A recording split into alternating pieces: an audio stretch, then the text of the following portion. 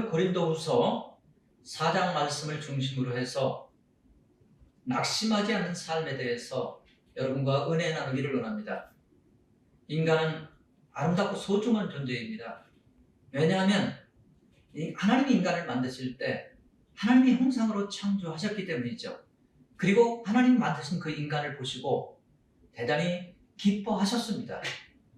그러니까 인간은 아름다운 존재라는 것은 사실입니다. 시편 8편에 보면 이렇게 인간에 대해서 표현하고 있어요. 하나님보다 조금 못하게 하시고 영화와 존귀로 관을 씌우셨다. 그리고 주의 손으로 만드신 것을 그 인간에게 다스리게 하셨다. 그리고 만물을 그 발 아래 두셨다. 그럼에도 불구하고 인간은 연약한 존재임을 부정할 수는 없습니다. 본문에서는 인간의 육체를 깨어지기 쉬운 질그릇과 같다라고 표현하고 있어요. 사실 인간의 육체는 항상 주에 노출되어 있고 질병에 노출되어 있고 환경에 노출되어서 살다가 흙으로 돌아가는 것이 인간이라고 할 수 있겠습니다. 그래서 사도 바울은 인간의 육체를 겉사람으로 표현하면서 이 겉사람만 가지고는 우리가 하나님의 법을 따라갈 수 없다. 이렇게 표현하고 있습니다. 그래서 우리가 만약 이 겉사람의 욕구를 따라 살면 인간이 하나님의 뜻을 이룰 수 없다는 것이죠. 그럼에도 불구하고 인간은 소중합니다. 왜냐하면 이 연약한 질그릇 속에 보배를 가졌기 때문이죠. 다시 말씀드리면 우리 속에는 이 새 생명이 흐르고 있다는 얘기입니다. 여러분 이 사실을 믿으시기 바랍니다. 그래서 바울은 이렇게 말했어요. 나는 몸으로 있든지 떠나든지 나는 항상 주만 기쁘게 한다. 무슨 말입니까?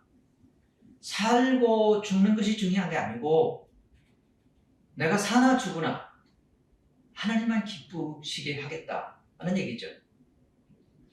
그것은 자신이 땅에 있는 장막집이 무너지면 하나님이 지으신 집, 곧 손으로 지은 것이 아니고 하늘에 있는 영원한 집이 우리에게 있다는 것을 확신했기 때문입니다.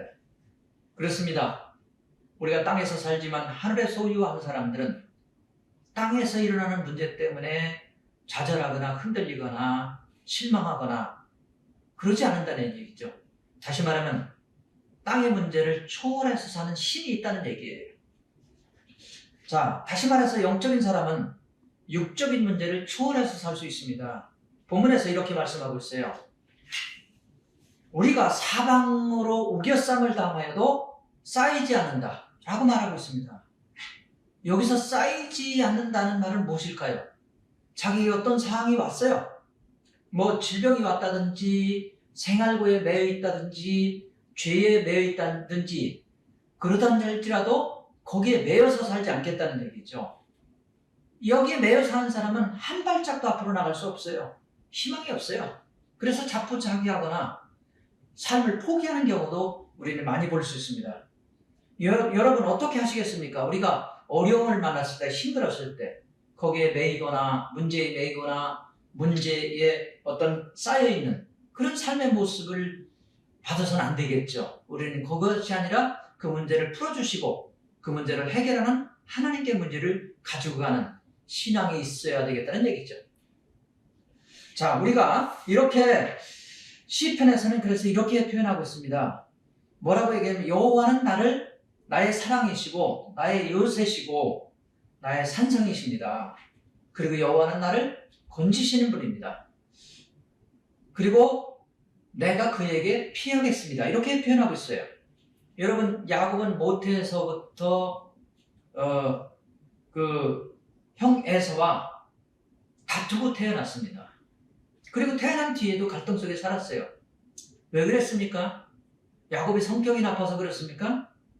어떤 사람은 야곱은 욕심이 많아서 형제와 갈등 속에 살았다 이렇게 얘기하는데 성경은 그렇게 말하지 않습니다. 성경은 뭐라고 하냐?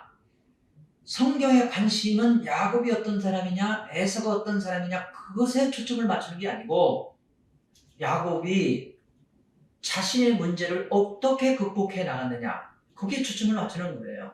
사실 야곱은 형 에서와 갈등 가운데 고향을 브에습을 따라서 하란 땅으로 가다가 베델이라는 지역에서 잠을 자게 되죠. 거기서 누구를 만나게 되냐면 하나님을 만납니다. 그리고 하나님이 야곱에게 이렇게 얘기하죠. 야곱아, 두려워하지 마라. 내가 너와 함께하고 있다. 네가 어디로 가든지 내가 너와 함께할 것이야. 뿐만 아니라 내가 돌아올 때까지 내가 너를 지켜주마. 이렇게 하나님께서 야곱에게 약속하시죠. 그때 야곱이 깨달은 게 뭡니까? 과연 하나님께서 여기 계시는데 내가 알지 못했구나. 이렇게 야곱은 얘기를 해요. 그렇습니다. 우리가 인생을 살아가면서 중요한 점이 깨닫는 거예요.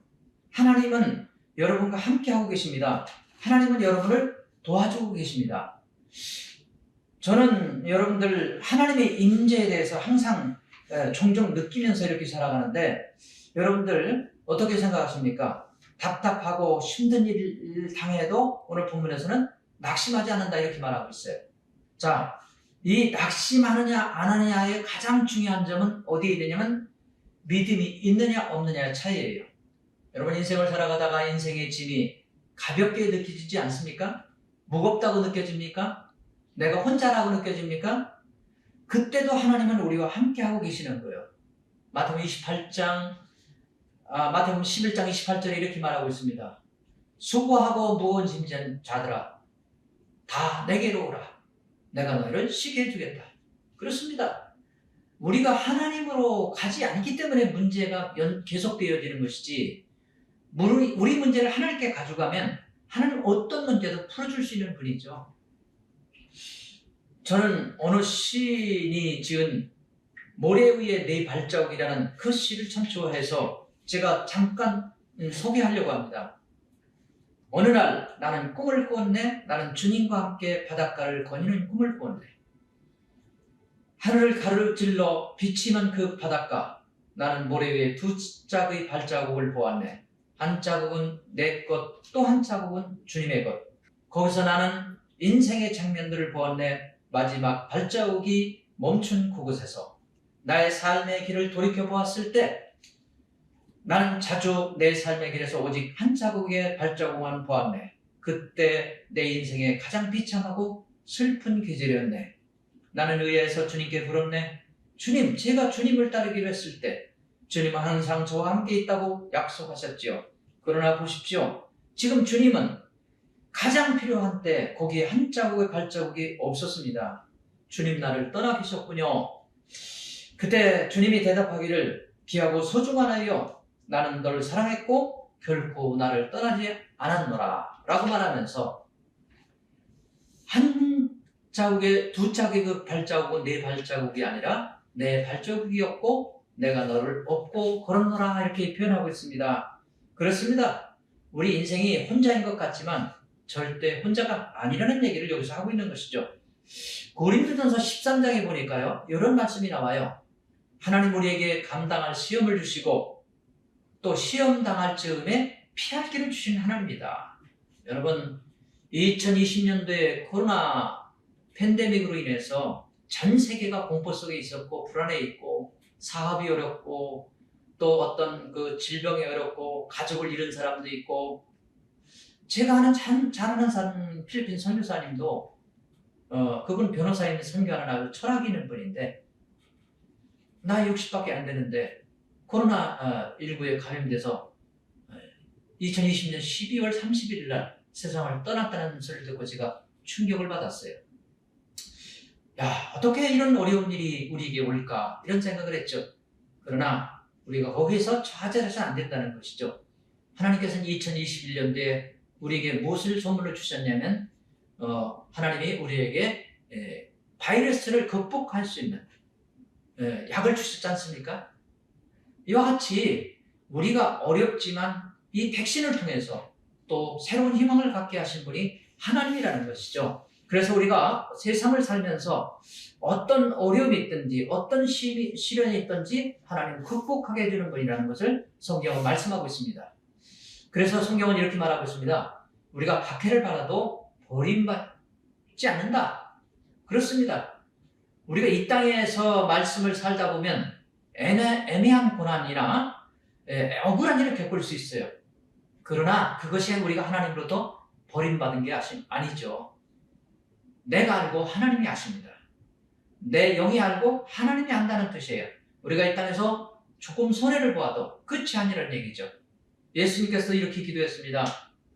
십자가 지시기 전날 밤에 무릇 하나님 이 잔을 내게서 옮길 수 있으면 옮겨 주십시오. 그러나 내 원대로 마시고 아버지의 원대로 되기를 원합니다. 구원받은 사람은 내 생각으로 가는 게 아니라 기도해서 성령의 인도를 따라서 사는 사람들이에요. 여기서 오는 기쁨은, 그리고 여기서 오는 축복은 세상으로 오는 것과는 비교가 되지 않습니다. 거기에 진정한 평안이 있고 진정한 기쁨이 있습니다. 그렇습니다. 우리 예수 그리스도의 사람은 어떠한 환난 속에서도 하나님의 임재를 끊임없이 누리는 사람들이죠.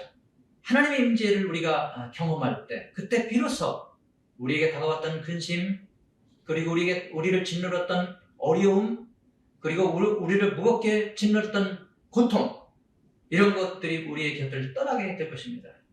우리 여러분들, 오직 어떤 상황이 여러분 앞에 놓였을지라도 하나님의 임재와 하나님의 충만한 기쁨과 하나님의 은혜로 채워서 하나님의 도우심으로 그러한 어려움을 극복해 나가는, 그리고 낙심하지 않는 희망적인 삶을 살아가는 여러분이 되시기를 부탁을 드리겠습니다.